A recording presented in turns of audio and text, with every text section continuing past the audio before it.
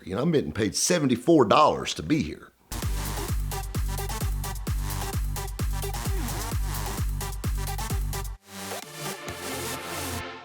You know, I try to save $1, just like anybody else. And, you know, we have properties all over the upstate. And obviously, you know, there's some places you can register vehicles that are cheaper than other places. And we have a lake house that we usually register our new cars at. You know, save a little money on property taxes. Everybody does it from time to time, whatever. So I registered my new pickup truck down at the lake house. No big deal at all. I mean, I own it, so it works. And, you know, saved on my property taxes and everything went good for a few years until my parents, who live at the lake house, get a summons from the court for me. I've got jury duty in Oconee County, and there's only one problem. I live in Greenville County. It's about an hour away. And I tried every way in the world. I called in and just short of telling them I'm dying of something, I gave them that excuse, and there was no way of me getting out of this. I have to go down. So I put it off, got the date changed several times, but I had to do it. I couldn't get out of it.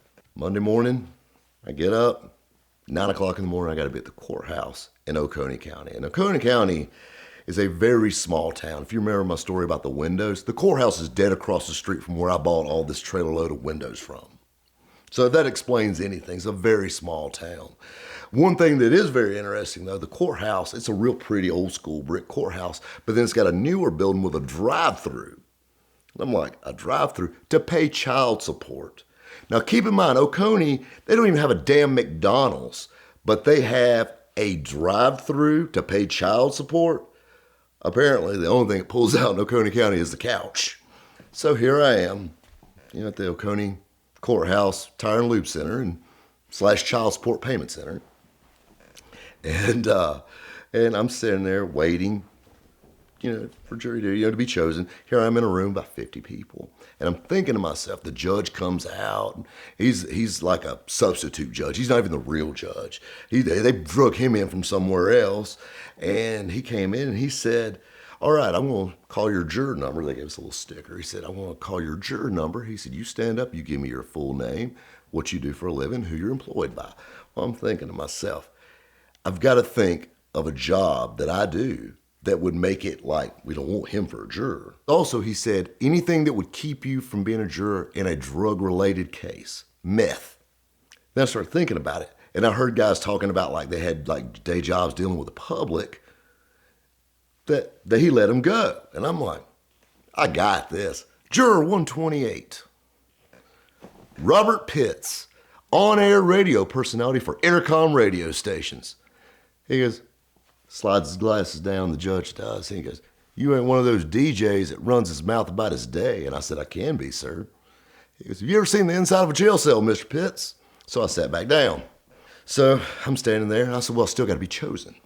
So they call us up one at a time, you know. And of course, you got, you know, prosecutor and the defense, and, you know, and I'm standing up there, and they chose me. So I sit down, and I noticed there was a very attractive redhead that got chosen also, and she happened to be sitting beside me. I made me a new friend that day. Super nice, and you know, we're laughing and cutting up, and you know, I mean, hell, I ain't got nothing better to do but hang out at the courthouse. They aren't doing anything with the trial that day. We're just standing around waiting. So we go to lunch, and you know, we get to laughing and cutting up. And you know, one big thing about the court is they won't let you bring your phone in. You know, so it's so weird having your phone in your truck or your car out in the parking lot. I'm having phantom vibrations for a phone that I don't even have. Like I'm feeling it vibrating and I don't even have the damn phone with me. So we were talking about that and she said, yeah, they let me bring my phone in. I said, really? Why do they let you bring your phone in? Because I'm over here trying to figure out a way to keister this damn thing in. And I'm thinking to myself, why in the hell do I have to get a phone with such a big screen, you know? And, you know, she said, yeah, they let me carry my phone in. She said, I just stuck it in my purse. They didn't even look in it. You know, she's got this little purse. And I said, really? She said, give me your phone when we get back. I'll just stick it in my purse. We get back to the courthouse. We walked right in. Not a word was said. We walked both right through. We got in the elevator. She hands me my phone back.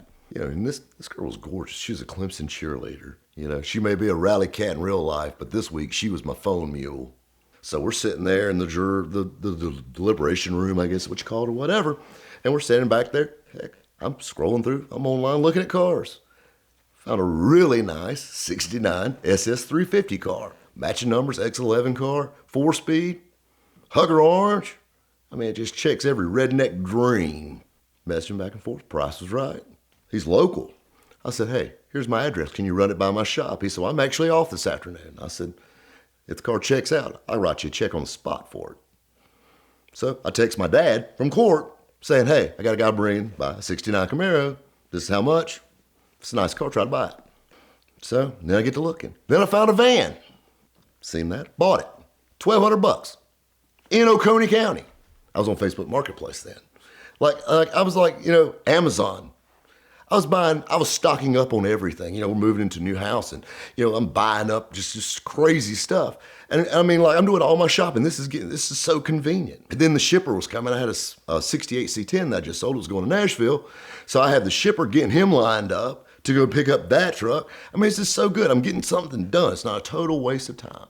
So we've got a problem in Greenville. So I'm in Oconee, but I got a problem in Greenville.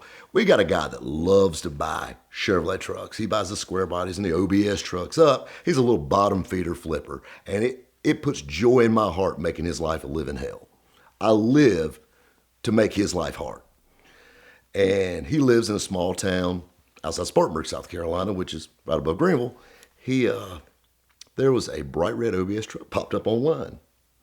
And I mean, literally, this truck is in his backyard.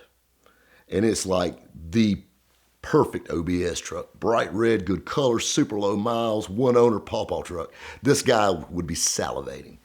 And I bought it sight unseen just to keep him from getting it. Well, I'm stuck in court. How am I going to get the truck? I called my buddy up. Guy says he's going to be off work at 4. I had him sitting in his driveway at 3:30 parked behind it to pay him. So I got that bought while I was in court. And then my mom decides, you know what? My Escalade, I'm getting tired of it. Keep in mind, I'm still sitting in court. And so me and my mom were texting back and forth about her another car. She said, I want something sporty. My mom's had several Corvettes over the years. I got the coolest 60-year-old mom in the world that loves 6-speed vets. So started doing a little digging around. And something that was really cool was we actually had a salesman for the local Chevrolet dealership in the jury room with us. And so we got talking about Corvettes. And he said the owner's son has a 2013 427 60th anniversary vet, 505 horsepower, just a badass car, bright red chrome wheels. I mean, black top, black leather, loaded out. Every option. It's got 13,000 miles on it. He said, I don't know what he wants for it. So when I left court that day, I swung by the Chevrolet dealership down and checked it out. It's sitting in the showroom and it was absolutely perfect. We got the deal put together on that, got it bought. Got a great deal on it. They don't sell a whole lot of Corvettes in Oconee County. So they were excited to move it. Got that done. Got mom in a new ride. She loves it. Drives it every day.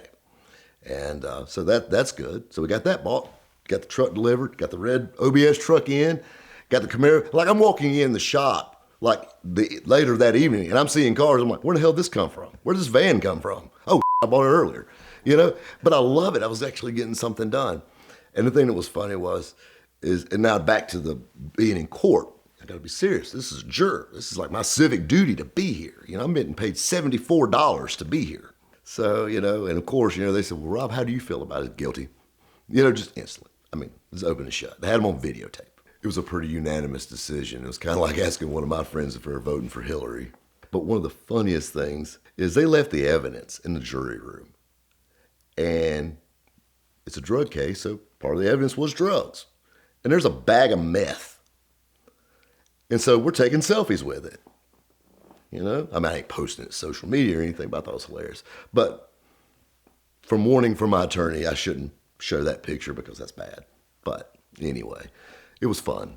First time I've ever been close to meth before. And so the judge comes in and tells us about drugs.